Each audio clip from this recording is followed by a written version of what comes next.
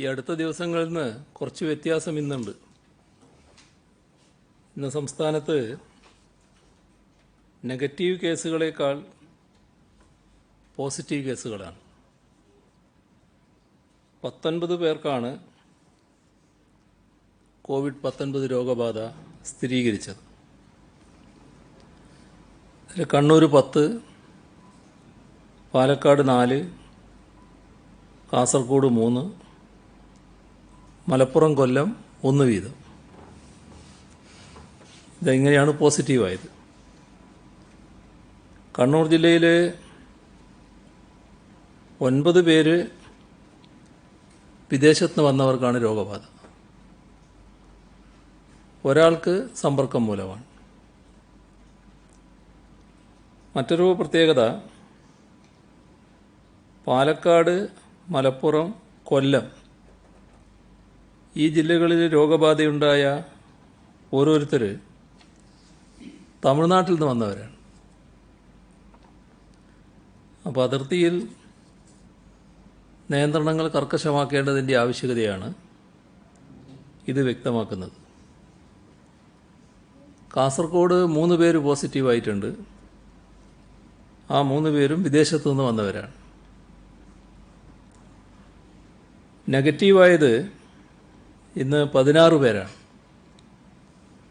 കണ്ണൂർ 7, കാസർഗോഡ് 4, കോഴിക്കോട് 4, തിരുവനന്തപുരം 3.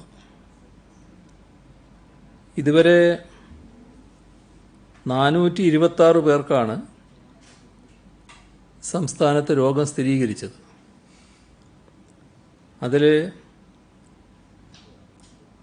117 പേർ ഇപ്പോൾ ചികിത്സയിലാണ്. 36,667 പേരാണ് ഇപ്പോൾ നിരീക്ഷണത്തിലുള്ളത്. ഇതിൽ 36,335 പേർ വീടുകളിലാണ്. ആശുപത്രികളിൽ 332 പേരാണ്. ഇന്ന് മാത്രം 102 പേരെ ആശുപത്രിയിൽ പ്രവേശിപ്പിച്ചിട്ടുണ്ട്. ഇതുവരെ 20,252 സാമ്പിളുകളാണ് പരിശോധനയ്ക്ക് അയച്ചത്. 19,442 എണ്ണം രോഗബാധയില്ല എന്ന് ഉറപ്പാക്കിയിട്ടുണ്ട്. ഇപ്പോൾ ഏറ്റവും കൂടുതൽ കോവിഡ് രോഗികൾ സംസ്ഥാനത്തുള്ളത് കണ്ണൂർ ജില്ലയിലാണ്. ഇതുവരെ 104 കേസുകളാണ് റിപ്പോർട്ട് ചെയ്തത്. ഒരു വീട്ടിൽ 10 പേർക്കാണ് സമ്പർക്കം വഴി രോഗബാധയുണ്ടായത്. ഇത്തരം പ്രശ്നങ്ങൾ വന്നപ്പോഴാണ് ജില്ലയിൽ വലിയ തോതിൽ പരിശോധന നടത്താൻ തീരുമാനിച്ചത്. രോഗലക്ഷണമില്ലെങ്കിലും മാർച്ച് 12-നും ഏപ്രിൽ 22-നും ഇടയിൽ നാട്ടിലേക്ക് വന്ന പ്രവാസികളെയും അവരുടെ ഹൈ റിസ്ക് കോണ്ടാക്റ്റിലുള്ള മുഴുവൻ പേരുടെയും സാമ്പിൾ പരിശോധിക്കാനാണ് നടപടിയെടുത്തത്. ഇപ്പോൾ 53 പേരാണ് കണ്ണൂർ ജില്ലയിൽ മാത്രം വൈറസ് ബാധയുടെ ഭാഗമായി ചികിത്സയിലുള്ളത്. പോസിറ്റീവ് കേസുകൾ കൂടിയ സാഹചര്യത്തിൽ ലോക്ക്ഡൗൺ കർശനമായി നടപ്പിലാക്കുന്നുവെന്ന് ഉറപ്പിക്കാൻ ആവശ്യമായ നടപടികൾ സ്വീകരിച്ചിട്ടുണ്ട്. കൂടുതൽ സ്ഥലങ്ങളിൽ പരിശോധനയും ഏർപ്പെടുത്തി. ജില്ലയിൽ റോഡിലിറങ്ങുന്ന എല്ലാ വാഹനവും ഒരു പോലീസ് പരിശോധനയ്ക്കെങ്കിലും വിധേയമാകും എന്ന് ഉറപ്പിക്കുന്നുണ്ട്. ഹോട്ട്സ്പോട്ടായി പ്രഖ്യാപിച്ച തദ്ദേശ സ്ഥാപന പരിധിയിലെ പ്രദേശങ്ങൾ പൂർണ്ണമായി സീൽ ചെയ്തു. പോലീസ് അനുവദിക്കുന്ന ചുരുക്കം മെഡിക്കൽ ഷോപ്പ് മാത്രമേ തുറക്കാവൂ. അവശ്യവസ്തുക്കൾ ഹോം ഡെലിവറിയായി എത്തിക്കാൻ ജില്ലയിലെ എല്ലാ തദ്ദേശ സ്ഥാപന പരിധിയിലും കോൾ സെൻ്ററുകൾ നിലവിലുണ്ട്. മറ്റ് ജില്ലകളിൽ പ്രഖ്യാപിച്ച ഇളവുകൾ കണ്ണൂരിനും ബാധകമാണെന്ന് ധരിച്ച് കുറേ പേർ ഇന്ന് റോഡിലിറങ്ങുന്ന അവസ്ഥയുണ്ടായി. കണ്ണൂരടക്കം 4 ജില്ലകൾ റെഡ് സോണിലാണുള്ളത്. ഇത് മെയ് 3 വരെയാണ്. ഇത് മനസ്സിലാക്കി ജനങ്ങൾ പുറത്തിറങ്ങാതെ സഹകരിക്കണമെന്നാണ് ഏറ്റവും കൂടുതൽ പോസിറ്റീവ് കേസ് എന്ന നില എത്തിയിട്ടുള്ള കണ്ണൂർ ജില്ലയിലെ ജനങ്ങളോട് അഭ്യർത്ഥിക്കാനുള്ളത്. രോഗവ്യാപനം പ്രവചനങ്ങൾക്കതീതമാണ് എന്നാണ് നമ്മുടെ അനുഭവം. പലപ്പോഴും വിചിത്രമായ അനുഭവങ്ങളും ഉണ്ടാകുന്നു. പത്തനംതിട്ട ജില്ലയിലെ ആദ്യ COVID-19 ക്ലസ്റ്ററിൽപ്പെട്ട 62 വയസ്സുകാരി ഇപ്പോഴും പോസിറ്റീവായി തുടരുകയാണ് എന്ന അവസ്ഥ നമ്മുടെ മുന്നിലുണ്ട്. മാർച്ച് 8-നാണ് ഇവരെ ആശുപത്രിയിൽ പ്രവേശിപ്പിച്ചത്. 10-നെടുത്ത സാമ്പിൾ 13-ന് പോസിറ്റീവായി വന്നു. പിന്നീട് ഒന്നിടവിട്ട ദിവസങ്ങളിൽ സാമ്പിളുകൾ അയച്ചെങ്കിലും ഏപ്രിൽ 2-ന് വന്ന റിസൾട്ട് മാത്രമാണ് നെഗറ്റീവായി വന്നത്. ഇതുവരെ 21 സാമ്പിളുകളാണ് അയച്ചത്. 36 ദിവസമായി രോഗി പോസിറ്റീവായി തുടരുന്നു. കാര്യമായ ആരോഗ്യ പ്രശ്നങ്ങളില്ല. ഇവർ കഴിഞ്ഞ 45 ദിവസങ്ങളായി കോഴഞ്ചേരി ജില്ലാ ആശുപത്രിയിൽ ഐസൊലേഷൻ മുറിയിൽ കഴിയുകയാണ്. നമ്മുടെ മുന്നിലുള്ള യാഥാർത്ഥ്യങ്ങളിൽ ചിലതാണിത്. പ്രതിസന്ധി മറികടക്കുന്നത് എളുപ്പ ജോലിയല്ല എന്ന് തെളിയിക്കുന്ന വസ്തുതകളാണിതൊക്കെ. അതുകൊണ്ടാണ് ഒരു തരത്തിലുള്ള ജാഗ്രതക്കുറവും ഉണ്ടാകരുത് എന്ന് വീണ്ടും വീണ്ടും ഓർമ്മിപ്പിക്കേണ്ടി വരുന്നത്. അടിയന്തര സാഹചര്യം ഉണ്ടായാൽ ഉപയോഗിക്കാൻ പൊതുമരാമത്ത് വകുപ്പ് 2,26,969 ബെഡുകൾ ഒരുക്കിയിട്ടുണ്ട്. ഇതിൽ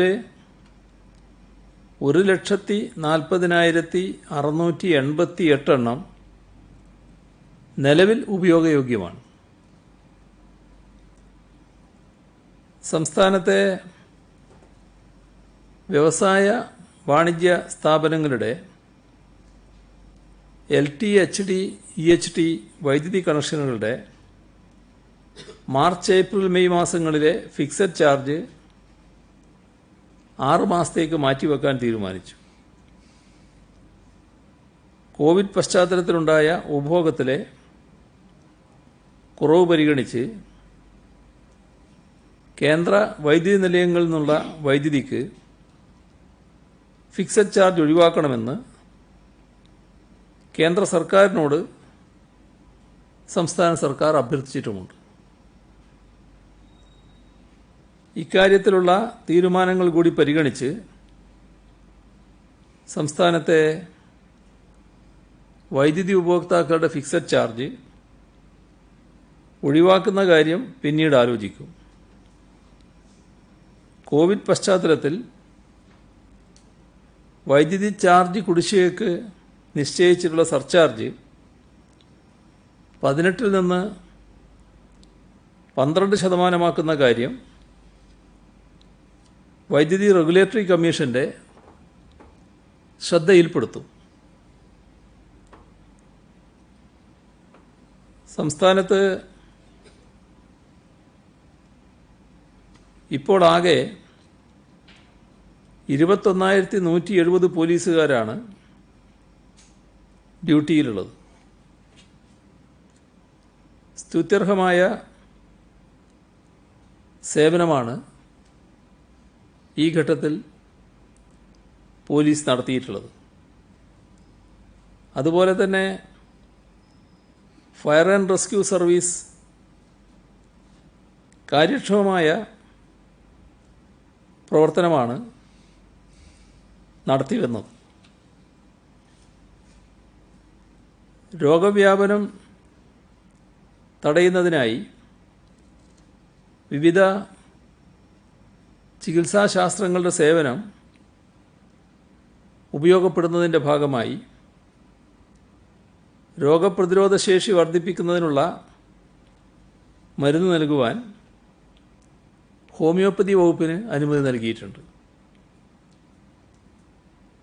മലയോര മേഖലകളിൽ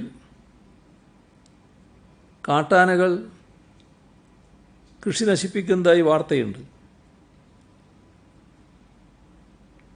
വേനൽ കടുത്തതോടെ തീറ്റയും വെള്ളവും ലഭിക്കാത്തതുകൊണ്ടുകൂടിയാകാം വന്യമൃഗങ്ങൾ കൂടുതലായി നാട്ടിലിറങ്ങുകയാണ്. ഇക്കാര്യത്തിൽ ആവശ്യമായ നടപടി സ്വീകരിക്കാൻ വനം വകുപ്പിന് നിർദ്ദേശം നൽകിയിട്ടുണ്ട്. ഇടുക്കിയിലെ പച്ചക്കറി സംഭരണം പ്രതിസന്ധിയിലാണ്. കുറഞ്ഞ വിലക്ക് വിൽക്കേണ്ട സാഹചര്യം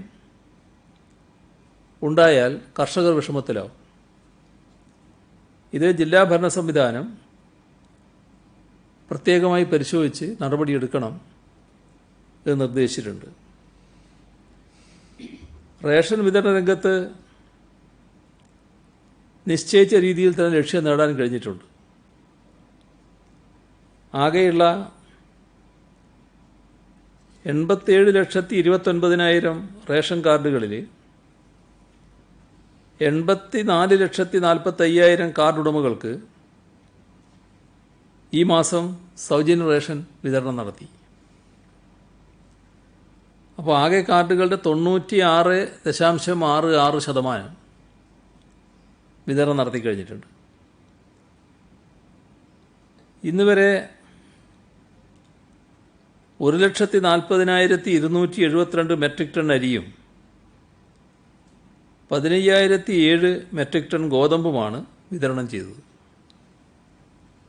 മെയ് മാസത്തെ വിതരണത്തിനുള്ള അരിയും ഗോതമ്പും റേഷൻ കടകളിലേക്ക് വിതരണത്തിന് തയ്യാറായിട്ടുമുണ്ട്.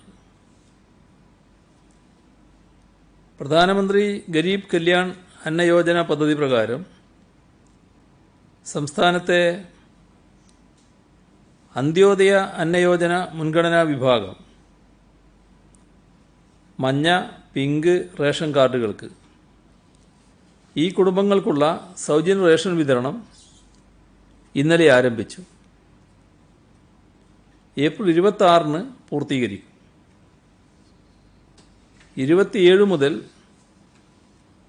സംസ്ഥാന സർക്കാരിൻ്റെ പലവ്യഞ്ജന കിറ്റ് പിങ്ക് കാർഡുകാർക്ക് വിതരണം ചെയ്യും. അന്ത്യോദയ കുടുംബങ്ങളിൽപ്പെട്ട 5,74,768 മഞ്ഞ കാർഡുകൾക്കുള്ള വിതരണം നടന്നു കഴിഞ്ഞു.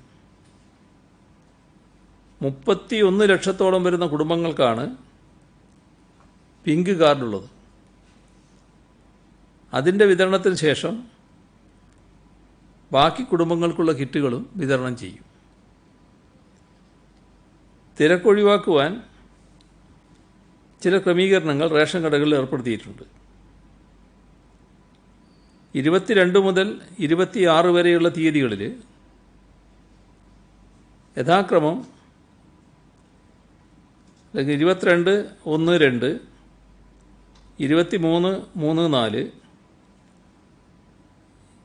24-5-6, 25-7-8, 26-9-0 ഈ അക്കങ്ങളിൽ അവസാനിക്കുന്ന കാർഡ് ഉടമകളാണ് റേഷൻ വാങ്ങാൻ എത്തേണ്ടത്. ഇത് റേഷൻ്റെ കാര്യത്തിലാണ്. അതുപോലെ തന്നെ കിറ്റുകളുടെ വിതരണത്തിന് ഏപ്രിൽ 27 മുതൽ പിങ്ക് കാർഡുകൾക്ക് ഇത്തരത്തിലൊരു ക്രമീകരണമാണ് വരുത്തിയിട്ടുള്ളത്. അതിൽ പക്ഷേ 0-1 എന്ന തരത്തിലാണ് കിറ്റുകളുടെ വിതരണത്തിനുള്ള നമ്പർ ഒരുക്കിയിരിക്കുന്നത്.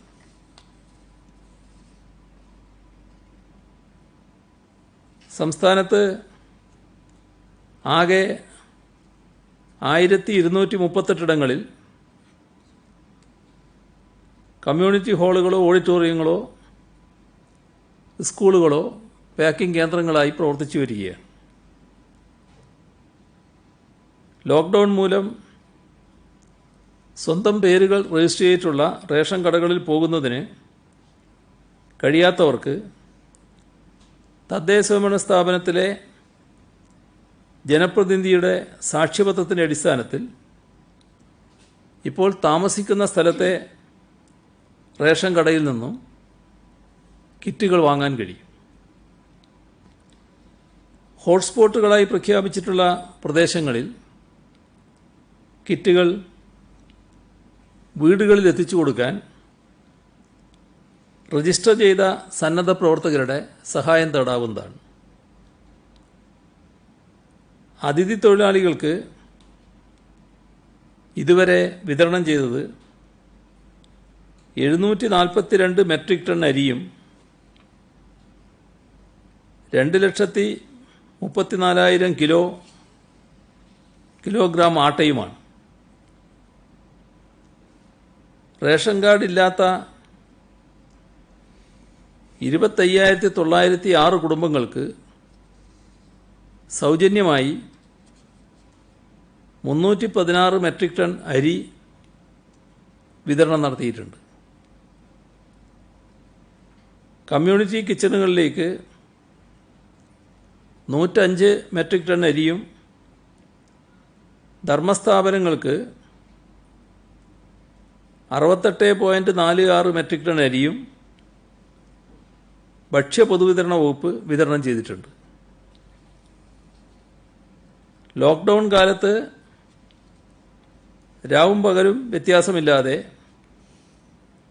ജോലിയിൽ വ്യാപൃതരായ സിവിൽ സപ്ലൈസ് വകുപ്പിലെയും സപ്ലൈകോയിലെയും ജീവനക്കാർ, റേഷൻ വ്യാപാരികൾ, പ്രതിഫലേച്ഛ കൂടാതെ പ്രവർത്തനത്തിന് തയ്യാറായിട്ടുള്ള സന്നദ്ധ പ്രവർത്തകർ, കുടുംബശ്രീ പ്രവർത്തകർ, കയറ്റിറക്ക് തൊഴിലാളികൾ, ലോറി ഉടമകൾ, ജീവനക്കാർ, ഇവരുടെയെല്ലാം സേവനം വളരെ വിലപ്പെട്ടതാണ്. യുവജനങ്ങൾ ഇത്തരം കാര്യങ്ങളിൽ പ്രധാന പങ്ക് വഹിച്ചിട്ടുണ്ട്. അവരെല്ലാവരെയും അഭിനന്ദിക്കുന്നു. ലോകമാകെ വിശുദ്ധ റമദാൻ മാസത്തിലേക്ക് കടക്കുകയാണ്. ആത്മസംസ്കരണത്തിൻ്റെ വേളയായാണ് മുസ്ലിങ്ങൾ ഇതിനെ കാണുന്നത്. വ്രതാനുഷ്ഠാനങ്ങളുടെയും ദാനധർമാദികളുടെയും കാലം. റമദാൻ കാലത്ത് പള്ളികളിൽ നടക്കുന്ന നമസ്കാരങ്ങൾക്കും ജുമക്കും വലിയ പ്രാധാന്യമാണ് കൽപ്പിക്കപ്പെടുന്നത്. അതുകൊണ്ട് തന്നെ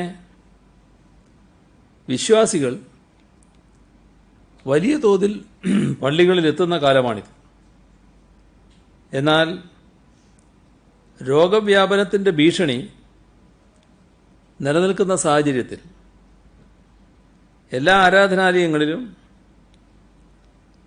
നിലവിലുള്ള സ്ഥിതി തുടരാൻ മുസ്ലിം സംഘടനാ നേതാക്കളുമായും മതപണ്ഡിതന്മാരുമായും വീഡിയോ കോൺഫറൻസിലൂടെ നടത്തിയ ആശയവിനിമയത്തിൽ ധാരണയായിട്ടുണ്ട്.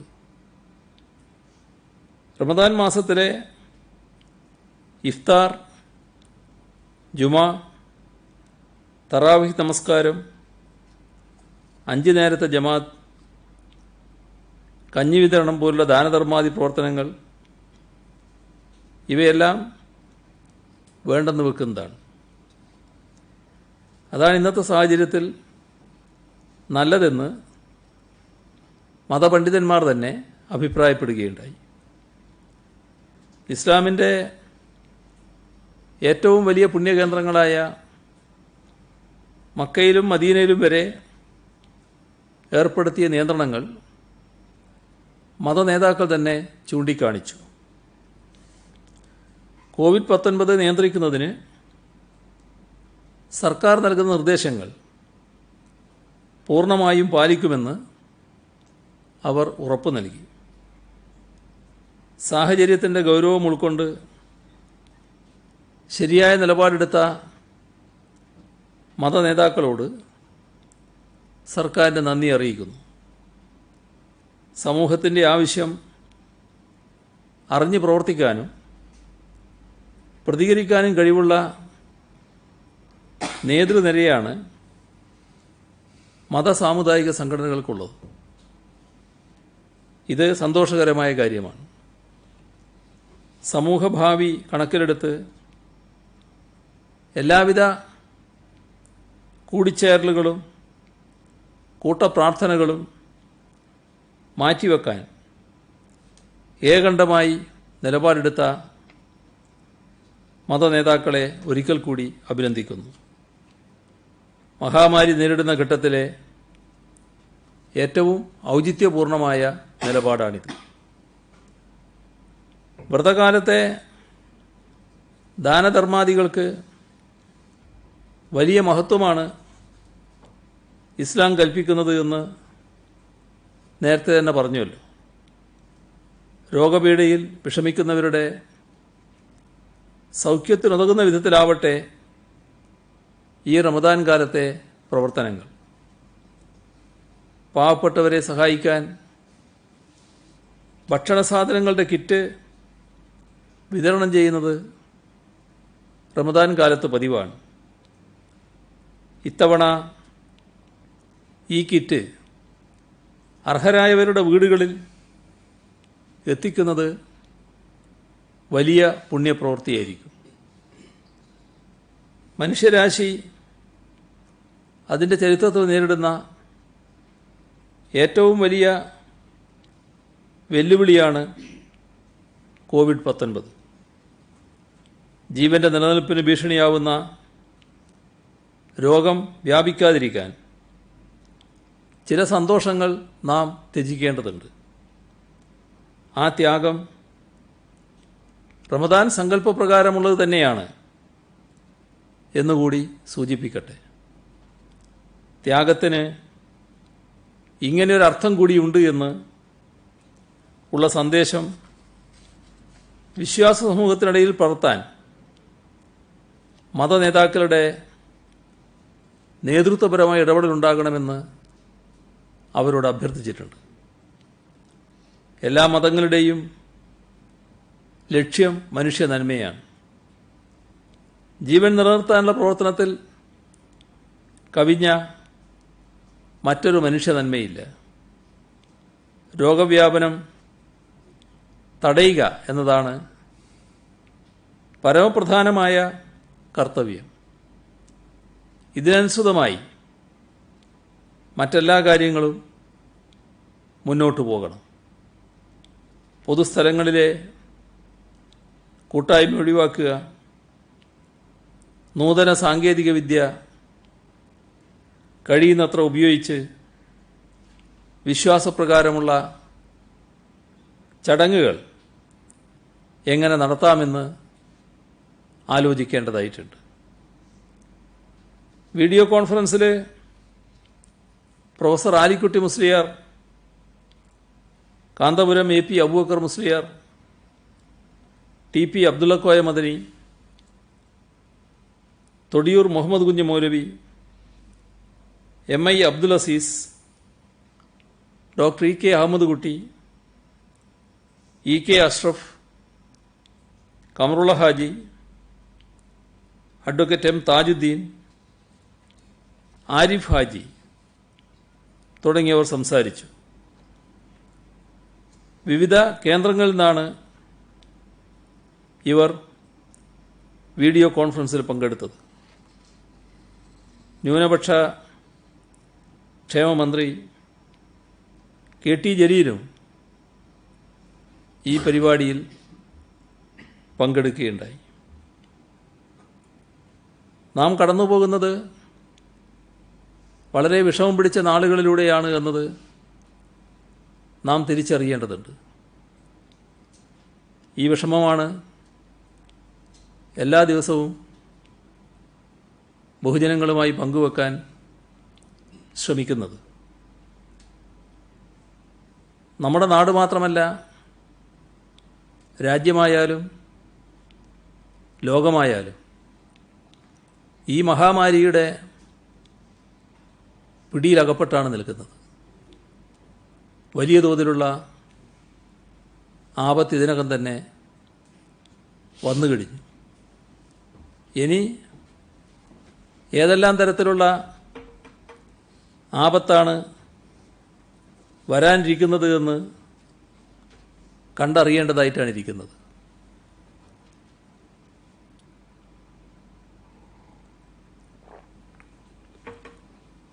ഇത് ഒട്ടേറെ മനുഷ്യജീവൻ കവരുന്നു. സാമൂഹ്യ ജീവിതം നിശ്ചലമായിരിക്കുന്നു. നാടും രാജ്യവും ലോകവും സ്തംഭിച്ചിരിക്കുന്നു. നാടിൻ്റെ, രാജ്യത്തിൻ്റെ, ലോകത്തിൻ്റെ വിവിധ മേഖലകൾ സ്തംഭിച്ചിരിക്കുന്നു. ഇതുണ്ടാക്കുന്ന പ്രത്യാഘാതം വരും നാളുകളിൽ വലുതായിരിക്കും. ഏതെങ്കിലും ഒരു ഭാഗത്ത് ഒരു പ്രശ്നമുണ്ടായാൽ മറ്റു ചില ഭാഗങ്ങൾ വെച്ചുകൊണ്ട് അതിനെ മറികടക്കാൻ നമുക്ക് ശ്രമിക്കാം. ഇവിടെയുള്ള പ്രത്യേകത, ഈ മഹാമാരി എല്ലായിടങ്ങളെയും ബാധിച്ചിരിക്കുന്നു എന്നുള്ളതാണ്. അതിൻ്റെ ഭാഗമായി വിവിധ രംഗം വലിയ തോതിൽ തിരിച്ചടി നേരിടുന്ന അവസ്ഥയുണ്ടാകും. അതിൽ നമ്മുടേതുപോലുള്ളൊരു സംസ്ഥാനം ഇപ്പോഴേ അതിനെല്ലാമുള്ള തയ്യാറെടുപ്പുകൾ നടത്തേണ്ടതായിട്ടുണ്ട്. നമുക്കറിയാം,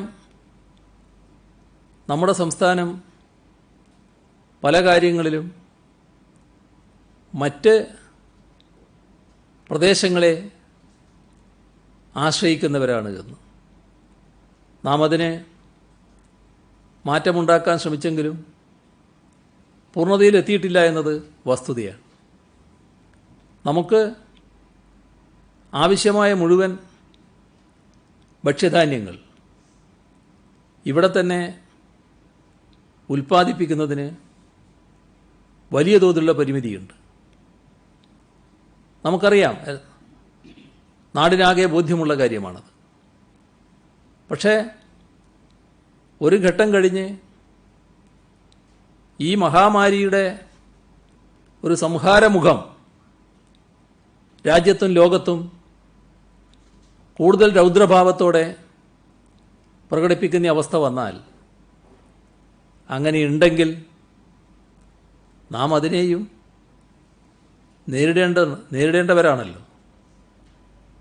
അന്ന് നമ്മൾ കരഞ്ഞിരുന്നിട്ട് കാര്യമില്ലല്ലോ. ഇപ്പോൾ മുതലേ നാം അതുമായി ബന്ധപ്പെട്ട കരുതൽ നടപടികളിലേക്ക് നീങ്ങേണ്ടതായിട്ടുണ്ട്.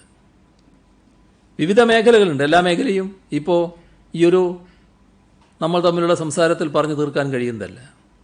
പക്ഷേ കാർഷിക രംഗം, മനുഷ്യന് ജീവിക്കാൻ ആവശ്യമായ ഭക്ഷണം ലഭ്യമാകൽ, നമുക്ക് ഇവിടെ ഇല്ലെങ്കിൽ മറ്റ് സ്ഥലത്ത് നിന്ന് കൊണ്ടുവരാമായിരുന്നു. അതിനെയും പ്രതികൂലമായി ബാധിക്കുമ്പോൾ എവിടുന്ന് കൊണ്ടുവരും? അവിടെയും ശരിയായ രീതിയിൽ ഉൽപ്പാദനം നടക്കുന്നില്ലെങ്കിൽ നമ്മൾ പ്രയാസത്തിലാകില്ലേ? അപ്പോൾ നാം പഴയതുപോലെ ചിന്തിച്ചാൽ പോരാ. നമ്മുടെ നാടിൻ്റെ പ്രത്യേകത ഉൾക്കൊണ്ടുകൊണ്ട് ഈ മഹാമാരിയുടെ രൗദ്രഭാവം ശരിയായ രീതിയിൽ തന്നെ മനസ്സിലാക്കിക്കൊണ്ട് അതിനെ നേരിടാനുള്ള കരുതൽ നടപടികളിലേക്ക് ഇപ്പോൾ തന്നെ നാം കടക്കേണ്ടതായിട്ടുണ്ട്. ഇപ്പോൾ 213 ലോകരാഷ്ട്രങ്ങളിലാണ് ഇത് പറന്നു പിടിച്ചിരിക്കുന്നത്. അപ്പോൾ ഇതിൻ്റെ പ്രത്യാഘാതത്തെ നേരിടുന്ന കാര്യം പറയുമ്പോൾ ഇപ്പോൾ നമ്മുടെ ഭക്ഷ്യസ്ഥിതി, ഇന്നത്തെ സ്ഥിതി എടുത്താൽ നമ്മൾ ഭദ്രമാണ്. അടുത്ത ആഴ്ചയോ മാസങ്ങളോ എടുത്താലും നമ്മൾ ഭദ്രം തന്നെയായിരിക്കും. അങ്ങനെ ആശങ്കപ്പെടാനൊന്നും ഇപ്പോൾ വകയില്ല. ഇപ്പോൾ ഭക്ഷ്യസാധനങ്ങളുടെ സ്റ്റോക്ക് 5,68,556 ടൺ അരിയും 1,36,631 ടൺ ആട്ടയും 9,231 ടൺ പയർവർഗ്ഗങ്ങളും 2,636 ടൺ ഉള്ളിയും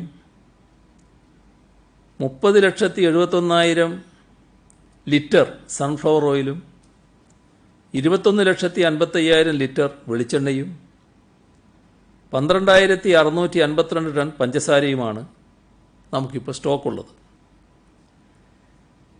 ഈ ദിവസങ്ങളിൽ കടന്നു പോകാനുള്ള ധാന്യശേഖരം, മറ്റു ഭക്ഷ്യസാമഗ്രികൾ നമുക്കുണ്ട്.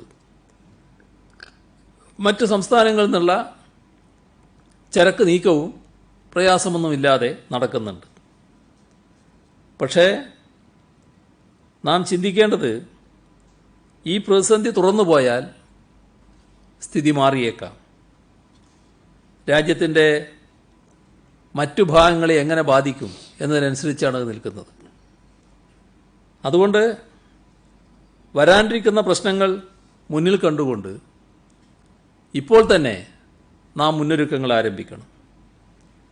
കാർഷിക മേഖലയിൽ വലിയ തോതിലുള്ള ഇടപെടൽ നടത്തുക എന്നതാണ് ഏറ്റവും പ്രധാനം. നേരത്തെ പച്ചക്കറി കൃഷിയുടെ കാര്യം വീടുകളിൽ കഴിയുന്ന എല്ലാവരോടുമായി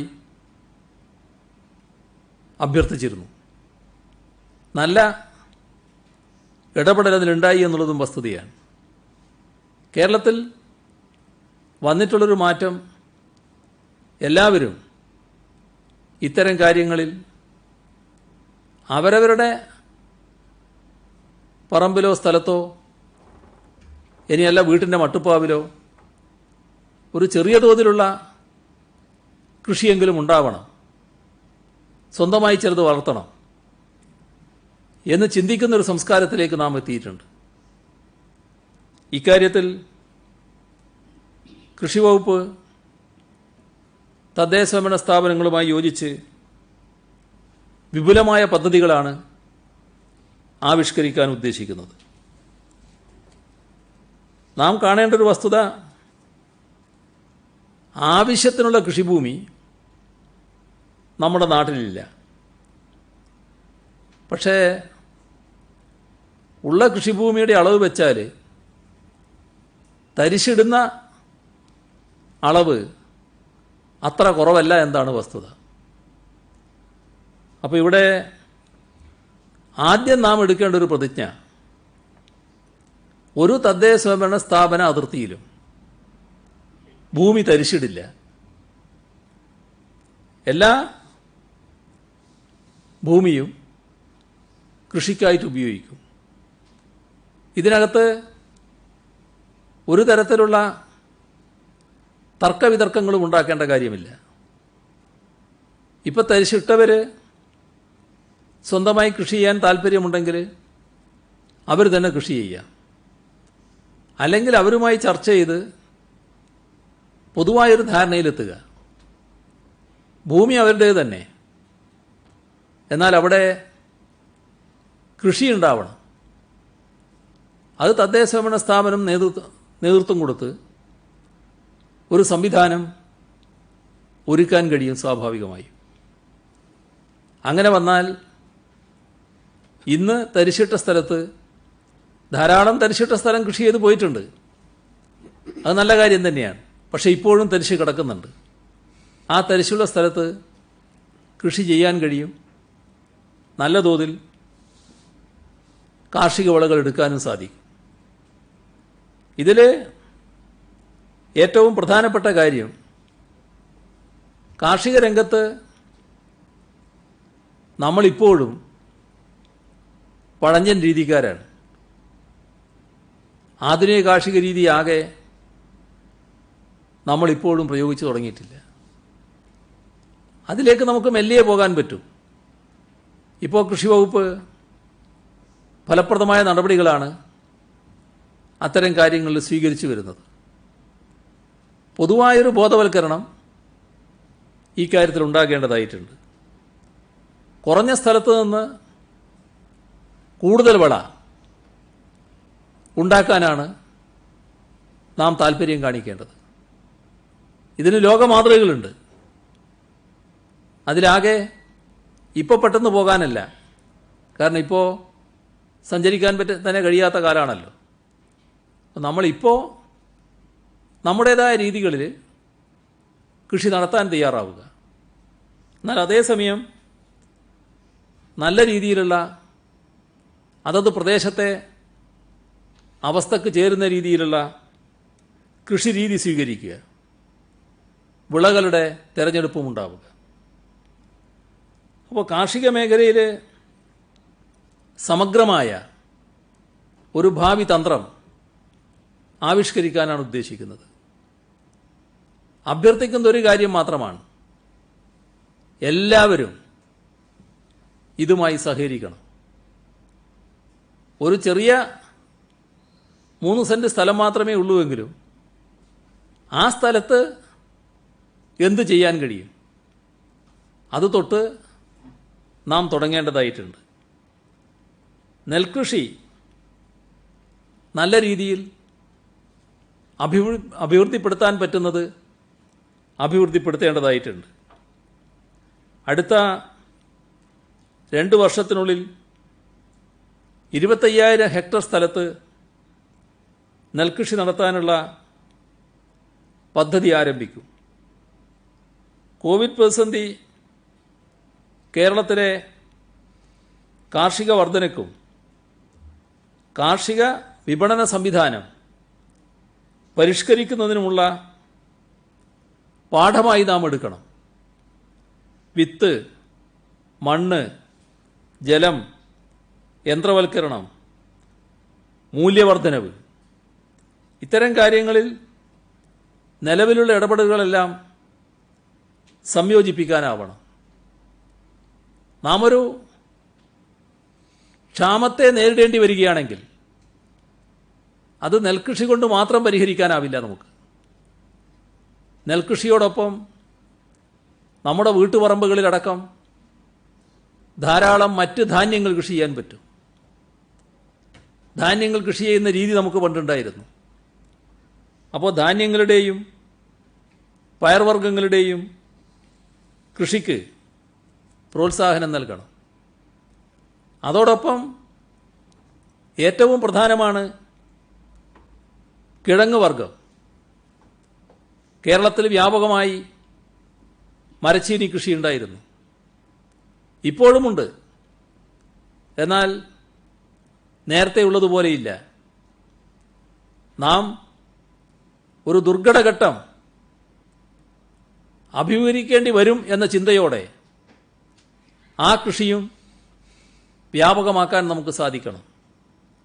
നല്ല പോഷകമൂല്യമുള്ളതാണ്.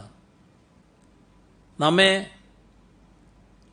ഒരു തരത്തിലും ക്ഷാമം ബാധിക്കാതിരിക്കാൻ ഇത്തരം കരുതലുകൾ സ്വീകരിക്കുക എന്നത് ഏറ്റവും പ്രധാനമാണ്.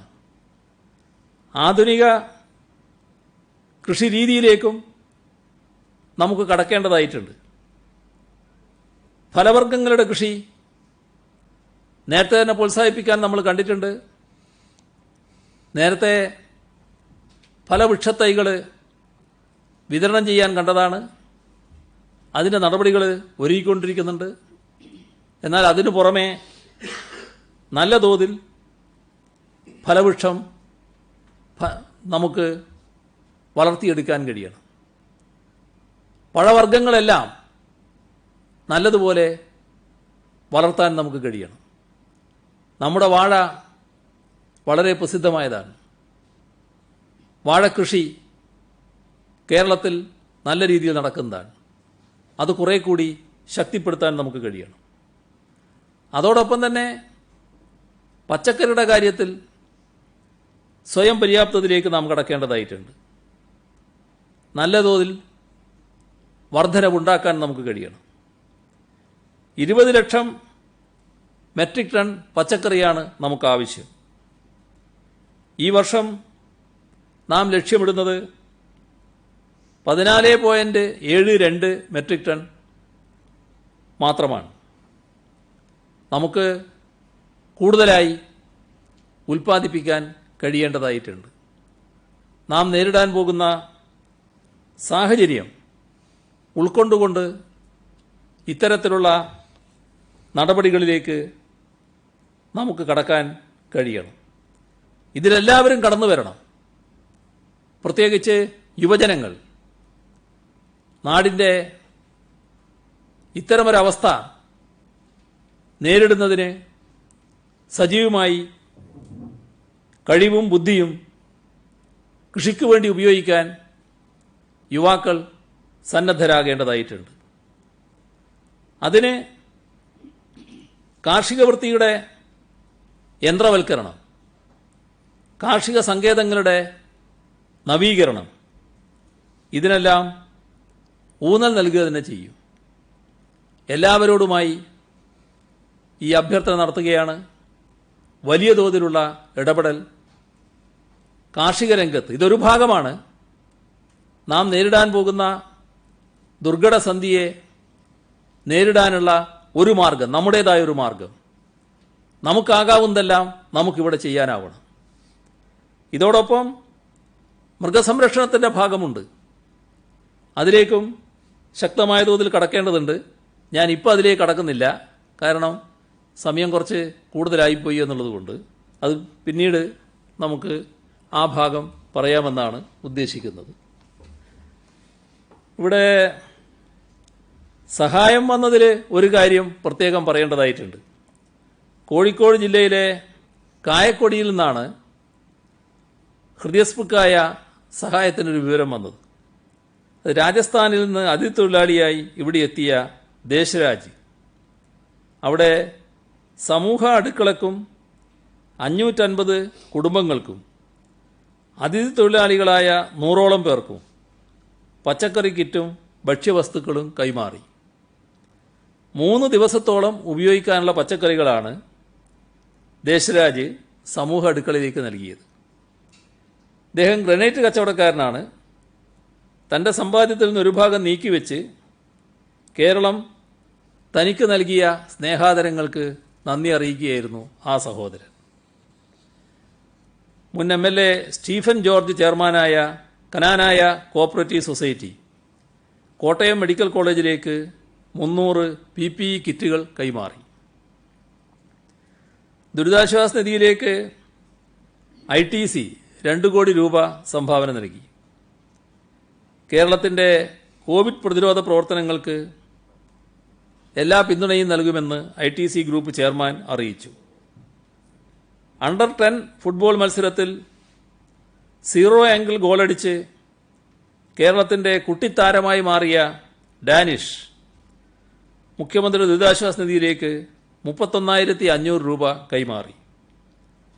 പലരും നൽകിയ സമ്മാന തുകകളും മറ്റും സ്വരൂപിച്ച് കിട്ടിയ രൂപയാണ് ഈ കൊച്ചുമിടുക്കൻ ദുരിതാശ്വാസ നിധിയിലേക്ക് കൈമാറിയത്. ഇത്തരത്തിൽ നാടിൻ്റെ നാനാഭാഗത്ത് നിന്ന് സംഭാവനകൾ എത്തുകയാണ്. കൊല്ലം ജില്ലയിലെ ചവറയിൽ തേവലക്കര അരിനെല്ലൂർ കല്ലുംപുറത്ത് കശുവണ്ടി തൊഴിലാളി ലളിതമ്മ 5,701 രൂപ ദുരിതാശ്വാസ നിധിയിലേക്ക് സംഭാവന കൈമാറി.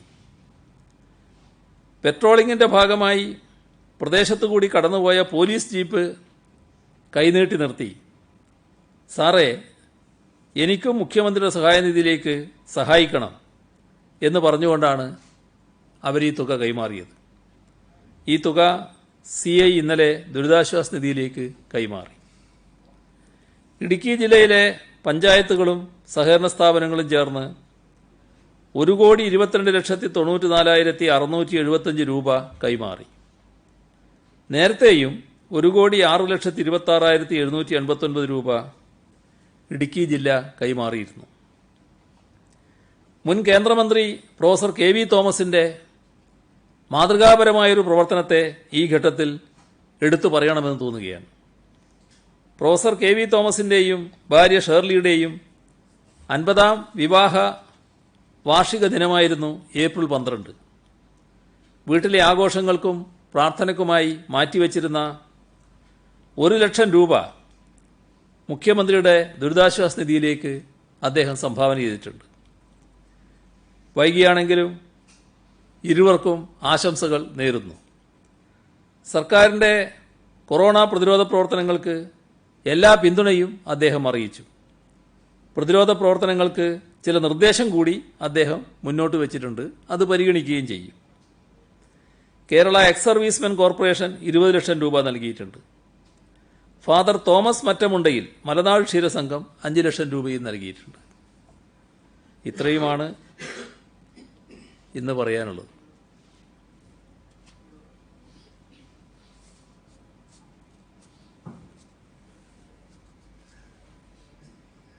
കണ്ണൂർ ജില്ലയിൽ ഇന്ന് വലിയ രീതിയിലുള്ള തിരക്കാണ് അനുഭവപ്പെട്ടത്. മാത്രമല്ല കണ്ണൂർ ഓരോ ദിവസവും പോസിറ്റീവ് കേസുകൾ കൂടി വരുന്നു. ഏറ്റവും കൂടുതൽ രോഗികളുള്ള ജില്ലയായി കണ്ണൂർ മാറുകയും ചെയ്യുന്നു. നമ്മൾ നേരത്തെ കാസർഗോഡ് ഏർപ്പെടുത്തിയതുപോലെ കൂടുതൽ നിയന്ത്രണങ്ങൾ ആ ജില്ലയിൽ മാത്രമായി കൊണ്ടുവരാൻ വല്ല ആലോചന നമ്മൾ നടത്തുന്നുണ്ടോ? ഞാൻ നേരത്തെ പറഞ്ഞു, അത് കൂടുതൽ ശക്തമായ നിയന്ത്രണം കണ്ണൂർ ഏർപ്പെടുത്താൻ തന്നെയാണ് ഉദ്ദേശിക്കുന്നത്. ഇവിടെ ഏത് വാഹനം റോഡിലിറങ്ങിയാലും പോലീസ് പരിശോധിക്കുന്ന നിലയിലേക്ക് കാര്യങ്ങൾ എത്തും. വളരെ ശക്തമായ ഇടപെടൽ അവിടെ ഉണ്ടാകാൻ തന്നെയാണ് ഉദ്ദേശിക്കുന്നത്. ഇതിൻ്റെ കൂടെ പറയാനുള്ളത്, നാം ഇളവുകൾ നൽകിയിട്ടുള്ളത് നമ്മുടെ എല്ലാ അപകട മേഖലയും ഒഴിഞ്ഞുപോയി എന്ന ധാരണയിലല്ല. നാം ഇപ്പോഴും വലിയ ജാഗ്രത പാലിക്കേണ്ട അവസ്ഥയാണെന്ന് എല്ലാ ദിവസവും അതുകൊണ്ടാണ് ആളുകളെ ഓർമ്മിപ്പിച്ചുകൊണ്ടിരിക്കുന്നത്. ഇതൊരു പ്രത്യേക ഘട്ടമാണ്. ഇത് ദുരുപയോഗിക്കാൻ പാടില്ല. അത്യാവശ്യം ഇറങ്ങേണ്ടവർ മാത്രമേ ഇപ്പോഴും ഇറങ്ങാൻ പാടുള്ളൂ. അത് എല്ലാവരും ഓർമ്മിക്കേണ്ട കാര്യമാണ്. അതല്ലെങ്കിൽ നമുക്ക് വീണ്ടും പഴയ അവസ്ഥയിലേക്ക് പലയിടത്തും തിരിച്ചു പോകേണ്ടതായിട്ട് വരും. അതും എല്ലാവരുടെയും മനസ്സിൽ ഉണ്ടാവണം. ഗ്രീൻ സോണിൽ ഇളവുകൾ പ്രഖ്യാപിക്കുമെന്നാണ് നേരത്തെ പറഞ്ഞത്. പക്ഷേ അവിടെ കാര്യമായ ഇളവുകൾ ഇപ്പോൾ സംഭവിച്ചിട്ടില്ല. നിലവിലെ അവസ്ഥയിൽ ഈ സോണുകളുടെ പ്രസക്തി എത്രത്തോളമാണ്? ആ സോണൽ സിസ്റ്റം ഇപ്പോൾ നമ്മൾ നിലനിർത്തുന്നുണ്ടോ? കാരണം എല്ലായിടത്തും ഏതാണ്ട് സമാന അവസ്ഥയാണ്. തന്നെയുമല്ല, സർക്കാരിന് ഉത്തരവുകൾ വരുന്നതിനകത്ത് പല അവ്യക്തതയുണ്ട്. വളരെ വൈകിയാണ് ഉത്തരവുകൾ വരുന്നത്. ജനങ്ങളിലേക്ക് പ്രോപ്പറായിട്ട് എത്തുന്നുമില്ല. ഗ്രീൻ സോണിൻ്റെ കാര്യത്തിൽ മറ്റ് അവ്യക്തതകളില്ല. കാരണം ഈ ഗ്രീൻ സോൺ ആയാലും അവിടെയും ചില മേഖലകൾ ഈ രോഗ ഭീഷണിയുള്ളതാണ്. കാരണം നിരീക്ഷണത്തിൽ കഴിയുന്ന ആളുകളുണ്ട്, ആശുപത്രിയിൽ കഴിയുന്നവരുണ്ട്. അപ്പോൾ ആ അവസ്ഥ പരിഗണിച്ച് കൂടുതൽ ശ്രദ്ധിക്കേണ്ടതായി. ചിലർ സംസ്ഥാന അതിർത്തിയിൽ കിടക്കുന്നുണ്ട്. സംസ്ഥാന അതിർത്തി മറ്റ് സംസ്ഥാനത്ത് നിന്ന് ആളുകൾ വരാൻ സാധ്യതയുള്ളത്. ഇത്തരം പ്രദേശങ്ങളിൽ കൂടുതൽ ജാഗ്രതയോടെ ഇടപെടുക എന്നത് ആവശ്യമാണ്. എന്നാൽ അതേസമയം നേടിയ നേട്ടം അതിൻ്റെ ഭാഗമായുള്ള കുറേ കാര്യങ്ങളിൽ ഇളവനുവദിക്കുകയാണ്. അതിലെന്തെങ്കിലും പ്രശ്നങ്ങളുണ്ടോ എന്നുള്ളത് അനുഭവത്തിലൂടെ ചർച്ച ചെയ്ത് പരിഹരിക്കേണ്ട എന്തെങ്കിലും പ്രശ്നങ്ങളുണ്ടെങ്കിൽ പരിഹരിക്കുകയും ചെയ്യാം. ലക്ഷണങ്ങളില്ലാത്തവർക്ക് രോഗം സ്ഥിരീകരിക്കുന്ന ഒരു സാഹചര്യം രാജ്യത്ത് റിപ്പോർട്ട് ചെയ്തു. ഈ കണ്ണൂരിൽ ഇത്രയും കേസ് റിപ്പോർട്ട് ചെയ്തപ്പോൾ ലക്ഷണങ്ങളില്ലാത്ത ആർക്കെങ്കിലും രോഗം സ്ഥിരീകരിച്ചിട്ടുണ്ടോ? അത് ചിലർ ഈ തരത്തിൽ വരുന്നുണ്ട്. അത് നേരത്തെ ഞാൻ പറയുന്ന കൂട്ടത്തിൽ പറഞ്ഞിട്ടുണ്ട്. ചില ആളുകൾ അങ്ങനെ കാണാൻ കഴിയുന്നുണ്ട്. അത് കൂടുതൽ വിദഗ്ധമായി പരിശോധിക്കേണ്ട ഒരു കാര്യമാണ്. ഈ നേരത്തെ CMA ഇടപെട്ടതാണ്. ഡൽഹി മഹാരാഷ്ട്ര മുഖ്യമന്ത്രിമാരുമായി സംസാരിച്ചതുമാണ്. ഈ സംസ്ഥാനങ്ങളിലെ നഴ്സുമാർ വളരെയധികം, അതായത് കോവിഡ് രോഗബാധിതർക്കൊപ്പം തന്നെ മലയാളി നഴ്സുമാരും ഒക്കെ അവർ ഒരേ റൂമിൽ തന്നെ കഴിയുന്ന അവസ്ഥ, അവർക്ക് ഭക്ഷണം കിട്ടാത്ത അവസ്ഥ, ഇങ്ങനെ ചാനലുകളിലേക്ക് ദിവസവും വിളിച്ച് ഈ നഴ്സുമാർ സഹായം അഭ്യർത്ഥിക്കുകയാണ്. മുഖ്യമന്ത്രി അതിൽ ഒരിക്കൽ കൂടി ഇടപെടുമോ? തീർച്ചയായും അവരുടെ ഒന്നോ രണ്ടോ തവണ ഇടപെട്ടതാണ്, ഒന്നിൽ കൂടുതൽ തവണ ഇടപെട്ടിട്ടുണ്ട്. ഇനിയും ഇടപെടുന്നതിന് ഒരു ശങ്കയും അക്കാര്യത്തിലില്ല. നേരത്തെ തന്നെ ഡൽഹിയുടെ കാര്യത്തിൽ മുഖ്യമന്ത്രിക്ക് ഒരു കത്തയക്കുമെന്ന് പറഞ്ഞിട്ടുണ്ട്. അത്തരം കാര്യങ്ങൾ തുറന്നും ചെയ്യാവുന്നതാണ് നമുക്ക്. ഫ്ലൈറ്റുകൾ നിർത്തിയിട്ട് ഈ 30 ദിവസത്തോളാവുന്നു.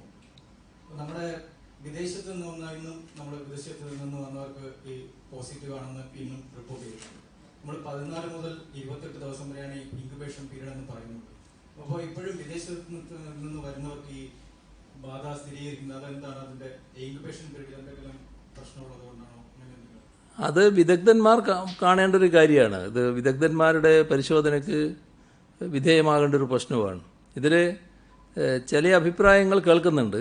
അതായത് ഒരാളുടെ ശരീരത്തിൽ ഈ അണുക്കൾ ഉണ്ടായാൽ ഒരു ഘട്ടത്തിൽ അത് രോഗവ്യാപനത്തിന് സാധ്യതയുള്ളതായിട്ട് വരും. എന്നാൽ പിന്നൊരു ഘട്ടത്തിൽ ശരീരത്തിൽ തുറന്നുകൊണ്ടിരിക്കും. അതിൻ്റെയൊക്കെ കാര്യങ്ങൾ വിദഗ്ധർ ചർച്ച ചെയ്യേണ്ടതാണല്ലോ. എനിക്കതിൻ്റെ മറ്റ് കൂടുതൽ വൈദഗ്ധ്യമില്ലാത്തതുകൊണ്ട് കൂടുതൽ കാര്യങ്ങളിലേക്ക് ഇപ്പോൾ പോകാൻ കഴിയില്ല.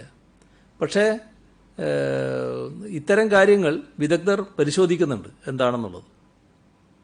ഈ ആരോഗ്യ പ്രവർത്തകർക്ക് ഇപ്പോൾ തിരുവനന്തപുരം ജില്ലയുടെ അതിർത്തി മറ്റു ജില്ലകളിൽ നിന്ന് വരുന്നവർക്കൊക്കെ അതിർത്തികളിൽ പോലീസ് പരിശോധിക്കുക, അവരുടെ മോശമായ പെരുമാറുന്നത്. ഇപ്പം ഇന്ന് കടമ്പാട്ട് കോണത്ത്, ഇന്നലെ തട്ടത്തുമല, നമ്മുടെ എംസി റോഡ് അതിർത്തിയിലൊക്കെ ഈ ചീഫ് സെക്രട്ടറി CM പലതവണ ഇതര ജില്ലകളിൽ വരാം അത്തരം കാര്യങ്ങളൊക്കെ പറഞ്ഞാണ്. എങ്കിലും പോലീസ് അവരെ തടയുക അങ്ങനെയുള്ള ഒരു പ്രശ്നമുണ്ട്. അതോടൊപ്പം തന്നെ ഈ ബുക്ക് സ്റ്റാളുകൾ തുറക്കുന്ന കാര്യത്തിൽ എന്തെങ്കിലും ഒരു അവ്യക്തതയുണ്ട്. തിരുവനന്തപുരത്ത് നിന്ന് ഈ അക്കാഡമിക് ബുക്സ് ഈ കുട്ടികൾക്ക് പുസ്തകം വയ്ക്കുന്ന കടകളൊക്കെ ഇന്ന് അടപ്പിച്ചു. എന്നാൽ സ്റ്റാച്യൂവിലെ പല കടകളും തുറന്ന് പ്രവർത്തിക്കുകയും അപ്പോൾ ഈ കാര്യത്തിൽ എന്തെങ്കിലും ഒരു ക്ലാരിറ്റി കുറവുണ്ടോ? എന്താണ് അതൊക്കെ ചില ആദ്യത്തെ ദിവസങ്ങളാകുമ്പോൾ ചില ആശയക്കുഴപ്പങ്ങൾ ഉണ്ടാകുമല്ലോ ഇത്തരം കാര്യങ്ങളിൽ. ഇതിലിപ്പോൾ സാധാരണ നിലക്ക് പോലീസ് റോഡിൽ നിന്ന് ആളുകളെ പരിശോധിക്കുന്നുണ്ട്. അങ്ങനെ പരിശോധിക്കുമ്പോൾ അവരുടെ അനുഭവത്തിൽ കുറേ ആളുകൾ അനാവശ്യ യാത്രക്കാരായിട്ട് കാണുന്നുണ്ടാവും. അപ്പോൾ അത് അവർക്കൊരു മനമെടുപ്പ് ഉണ്ടാക്കുന്ന പ്രശ്നമായിട്ട് വരുന്നുണ്ടാവും. അപ്പോൾ അവരെപ്പോഴും വേണ്ടത് വളരെ ഫേമായി നിൽക്കുക, എന്നാൽ അങ്ങേയറ്റം പൊളൈറ്റായി മാറുക. ഇതാണ് അവരെപ്പോഴും ശ്രദ്ധിക്കേണ്ട ഒരു കാര്യം. അതെപ്പോഴും പോലീസ് ശ്രദ്ധിച്ചുകൊണ്ടിരിക്കുന്നുണ്ട്. എന്നാൽ ചില നിയന്ത്രണങ്ങളങ്ങ് വിട്ടുപോകുന്നുണ്ട് എന്നുള്ളത് വസ്തുതയാണ്. മറ്റ് ജില്ലകളിൽ നിന്ന് വരുന്ന ഉദ്യോഗസ്ഥർ അവർക്ക് വരാനുള്ള സൗകര്യം കൊടുക്കാമെന്ന് നേരത്തെ തന്നെ നമ്മൾ തീരുമാനിച്ചിട്ടുണ്ട്. ആ ഇളവുകൾ കൊടുക്കേണ്ടതുമാണ്. ബുക്ക് സ്റ്റാളുകളുടെ കാര്യത്തിൽ ആവശ്യമായ എല്ലാ സുരക്ഷാ ക്രമീകരണങ്ങളും ഏർപ്പെടുത്തി ബുക്ക് സ്റ്റാളുകൾ തുറക്കാമെന്നാണ് നമ്മൾ കണ്ടിട്ടുള്ളത്. അതിൻ്റെ ഭാഗമായി എന്തെങ്കിലും ആശയക്കുഴപ്പമുണ്ടെങ്കിൽ നമുക്കത് പരിഹരിക്കാം. പ്രവാസി മലയാളികളുടെ മടങ്ങിവരവിനായിട്ടുള്ള സംസ്ഥാനം എന്തൊക്കെ സജ്ജീകരണങ്ങളാണ് ഇപ്പോൾ തയ്യാറെടുപ്പുകളാണ് നടത്തിക്കൊണ്ടിരിക്കുന്നത്? അവരുടെ മടങ്ങിവരവിനെ കുറിച്ച് എന്തെങ്കിലും കേന്ദ്ര ഗവൺമെന്റ് നമ്മളെ അറിയിക്കുകയോ അതിനെക്കുറിച്ചുള്ള എന്തെങ്കിലും ഇന്റിമേഷൻസ് സംസ്ഥാനത്തിന് കിട്ടിയിട്ടുണ്ടോ? പ്രവാസികളുടെ തിരിച്ചു വരവിനെക്കുറിച്ച് നമ്മൾ അങ്ങോട്ട് അറിയിച്ചിട്ടുണ്ട് കേന്ദ്ര ഗവൺമെന്റിനെ. ഏത് ഘട്ടത്തിൽ അവരെ കൊണ്ടുവന്നാലും സ്വീകരിക്കാൻ നമ്മൾ തയ്യാറാണെന്നുള്ളത് എല്ലാ ഒരുക്കങ്ങളും നമ്മളിവിടെ നടത്തിയിട്ടുണ്ട്. നമ്മൾ ഉദ്ദേശിക്കുന്ന കാര്യങ്ങൾ എന്താണെന്ന് നിങ്ങൾ ചോദിച്ചു. അതിൽ ഇന്നിപ്പോൾ എല്ലാ സ്ഥലത്തും രോഗവ്യാപനമുണ്ട് എന്നുള്ളതുകൊണ്ട് അവർ വരുന്ന രാജ്യത്ത് നിന്ന് തന്നെ സ്വാഭാവികമായിട്ടും ഒരു പരിശോധന നടക്കും. രോഗമുണ്ടോ ഇല്ലയോ എന്ന് പരിശോധിച്ചുകൊണ്ടാണ് എയർക്രാഫ്റ്റിൽ കയറ്റാനിടയുള്ളത്.